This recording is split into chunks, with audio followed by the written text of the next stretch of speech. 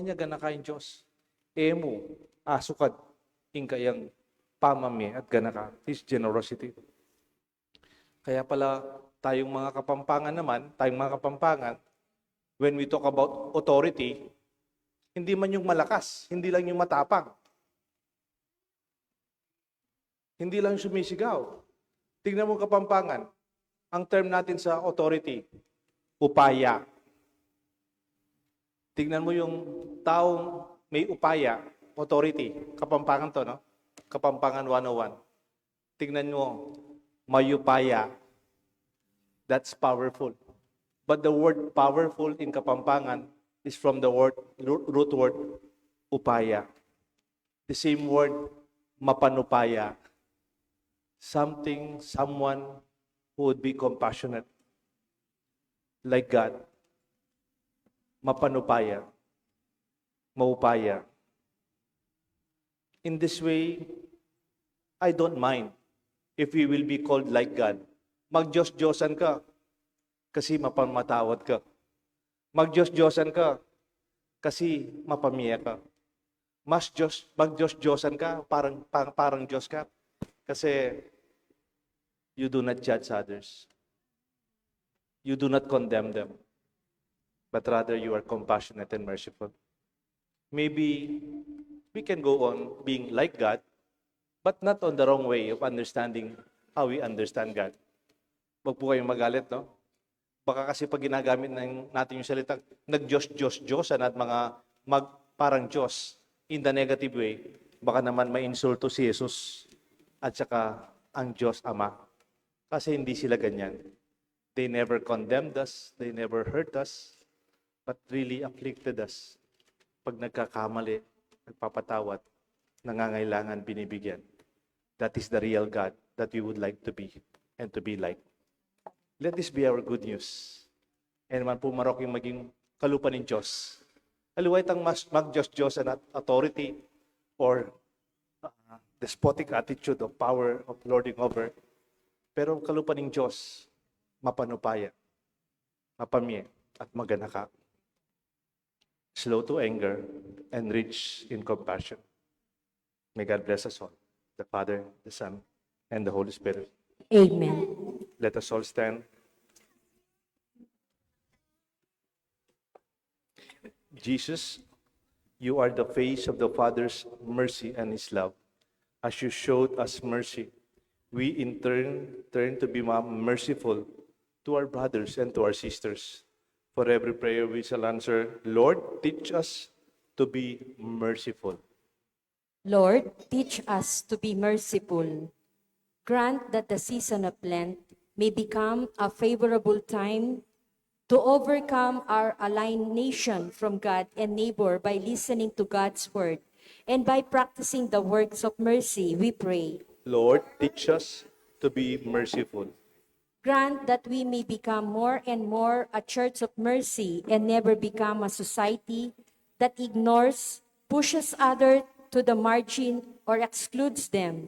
May we never allow the throwaway culture to enter our hearts, we pray. Lord, teach us to be merciful.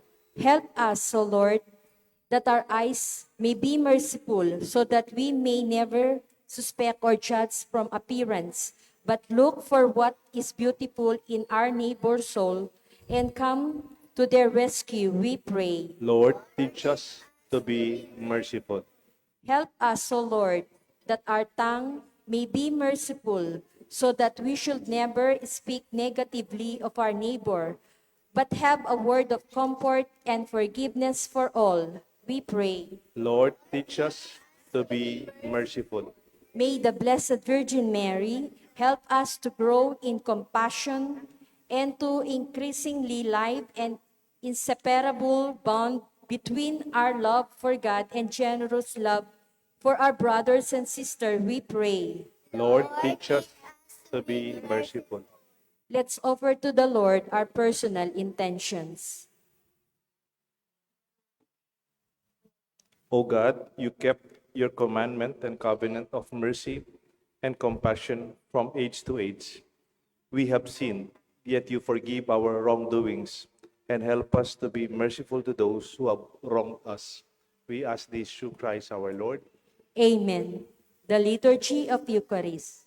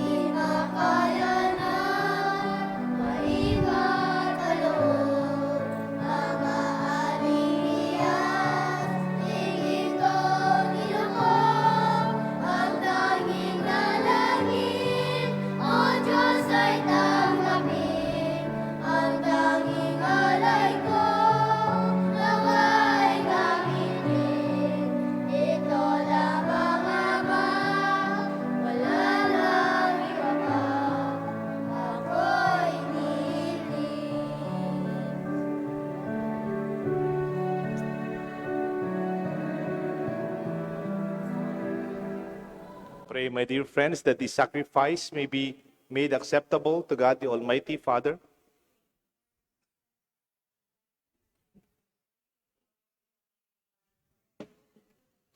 Accept in your goodness these prayers, O Lord, as set free from the worldly attractions, those you allow to serve the heavenly mysteries. We ask this through Christ our Lord. Amen. The Lord be with you. And with your spirit, Lift up your hearts. we lift them up to the Lord. Let us give thanks to the Lord our God. It is right and just. It is truly right and just, our duty, our salvation, always and everywhere to give you thanks, Lord, Holy Father, Almighty and eternal God, through Christ our Lord. His death we celebrate in love. His resurrection we confess with living faith. His coming in glory we await with unwavering hope. And so with all the angels and saints, we praise you as without end we acclaim.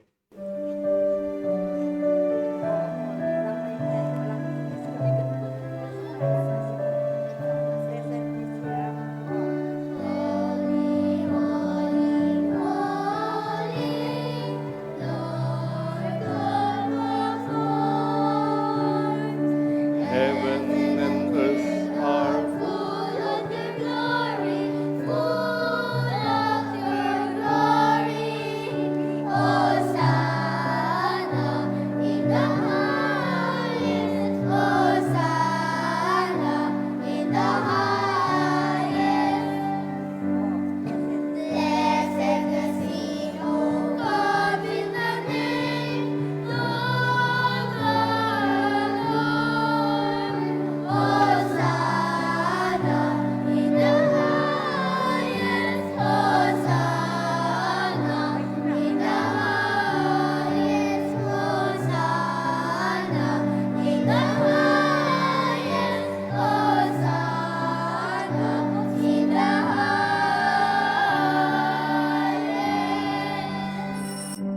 You are indeed holy, O Lord, the fount of all holiness. Make holy, therefore, these gifts, we pray, by sending down your Spirit upon them like the dew fall, that they may become for us the body and blood of our Lord Jesus Christ. At that time he was betrayed and entered willingly into his passion. He took bread and gave you thanks, broke it, and gave it to his disciples by saying, "Take this, all of you, and eat of it, for this is my body, which will be given up for you."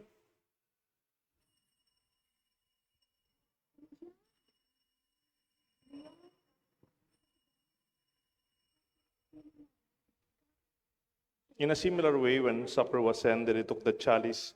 Once more giving thanks, he gave it to his disciples, saying, "Take this, all of you, drink from it, for this is the chalice of my blood, the blood of the new and eternal covenant.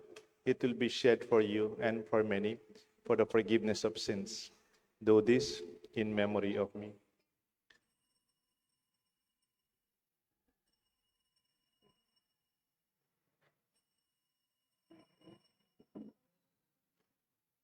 Let us proclaim the mystery of faith. When we eat this bread and drink this cup, we proclaim your death, O Lord, until you come again. Therefore, as we celebrate the memorial of his death and resurrection, we offer you, Lord, the bread of life and the chalice of salvation, giving thanks that you have held us worthy to be in your presence and minister to you. Humbly we pray that partaking of the body and blood of Christ, we may be gathered into one by the Holy Spirit. Remember, Lord, your church spread throughout the world. Bring her to the fullness of charity, together with Francis, our Pope, Florentino, our Archbishop, all the priests and our friends who serve you in our church, especially here in our parish at the Holy Cross. Remember our brothers, our sisters who have fallen asleep in the hope of the resurrection, and those who have died in your mercy. Welcome them into the light of your face. Have mercy on us, we pray, with the Blessed Virgin Mary, Saint Joseph, her spouse, with the blessed apostles, and all the saints who please you throughout the ages, we may merit to be co-heirs to eternal life and may praise and glorify you through your Son, Jesus Christ. Through him and with him and in him, O God, Almighty Father, in the unity of the Holy Spirit, all glory and honor is yours forever and ever. Amen. At the Savior's command and formed by divine teaching, let us call God our Father.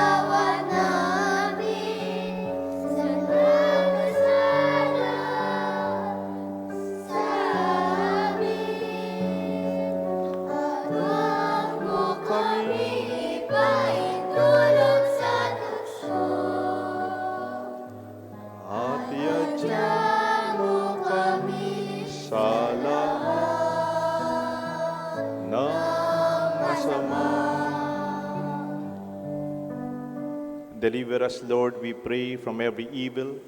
Graciously grant peace in our days, that by the help of your mercy, we may always be free from sin and safe from all distress, as we await the blessed hope and the coming of our Savior, Jesus Christ. For the kingdom, the power, and the glory are yours, now and forever. Lord Jesus Christ, you said to your apostles, I leave you peace, my peace I give to you.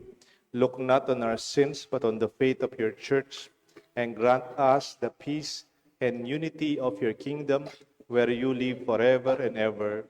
Amen. The peace of the Lord be with you always. And with your spirit. My dear friends, we greet each other with a sign of peace. Peace be with you. Lamb of God, you take away the sins of the world, have mercy on us. Lamb of God, you take away the sins of the world, have mercy on us. Lamb of God, you take away the sins of the world, grant us peace. Behold the Lamb of God, behold him who takes away the sins of the world. Blessed are those called to the supper of the Lamb. Lord, I am not worthy that you should enter under my roof, but only say the word, and my soul shall be healed.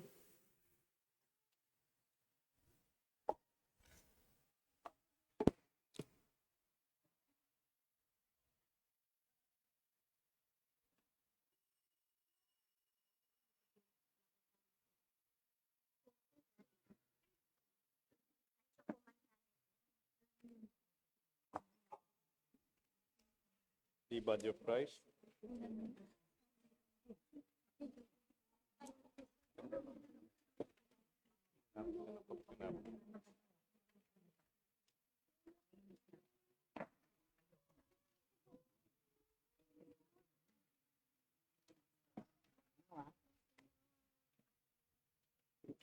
The body of Christ. The body of Christ. The body of Christ.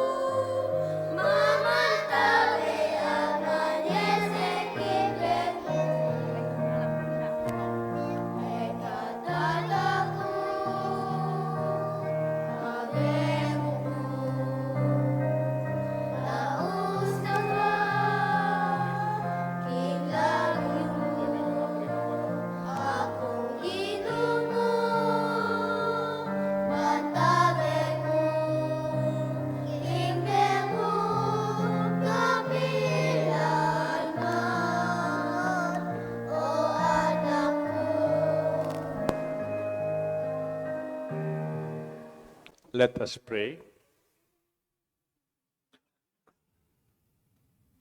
May this communion, Lord, cleanse us of wrongdoings and make us heirs of the joy of heaven. We ask this through Christ our Lord. Amen. The Lord be with you, And with your spirit. and may the blessings of Almighty God rest upon you, upon your family, the Father, the Son, and the Holy Spirit. Amen. Be like God, merciful, generous, and compassionate. Our Mass is over. Let us go in peace. Thanks be to God.